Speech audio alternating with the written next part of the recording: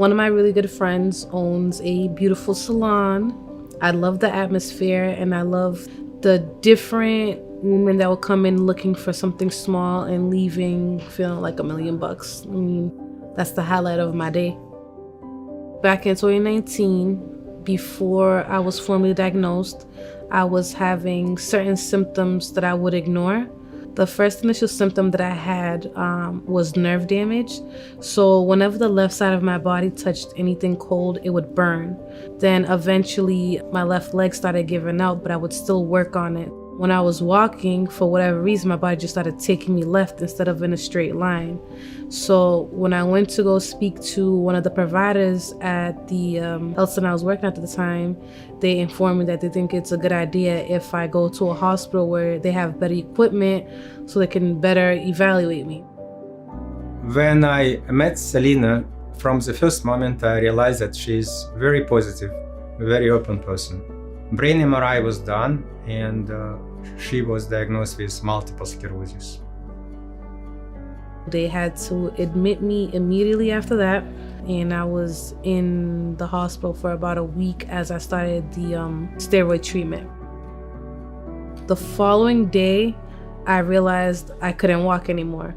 After a weekend, they told me that I had to go to a rehab. The feeling that I had while being in rehab, I was so embarrassed because I wasn't ready for anyone else other than my mom to see that I couldn't walk, that I physically just couldn't walk anymore.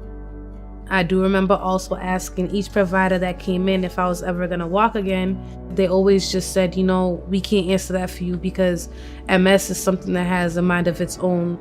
And you know, here I am walking. That's an accomplishment that I'm very proud of.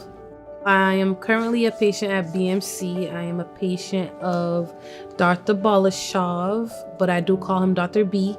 I did hear that you want to make sure you find the right neurologist if you are a patient of MS, because you want a doctor who listens and takes their time, and that is exactly who Dr. B is. Many people think that multiple sclerosis is the end of life. Actually, it's not true at all. We have now new treatment options available, and we diagnose multiple sclerosis now earlier than before. Regardless what is happening, you always have to give a hope to a patient. So I am a mom to a 10-year-old named Landon. He is my gentle giant. I know that he was the reason why I am where I am today. The thought of him is what pushed me and moved me and motivated me every day. All I kept thinking about was me becoming dependent on him instead of him being dependent on me. So I think that played a huge part into where I am today. I am in full control of everything it is that I choose to do and want to do.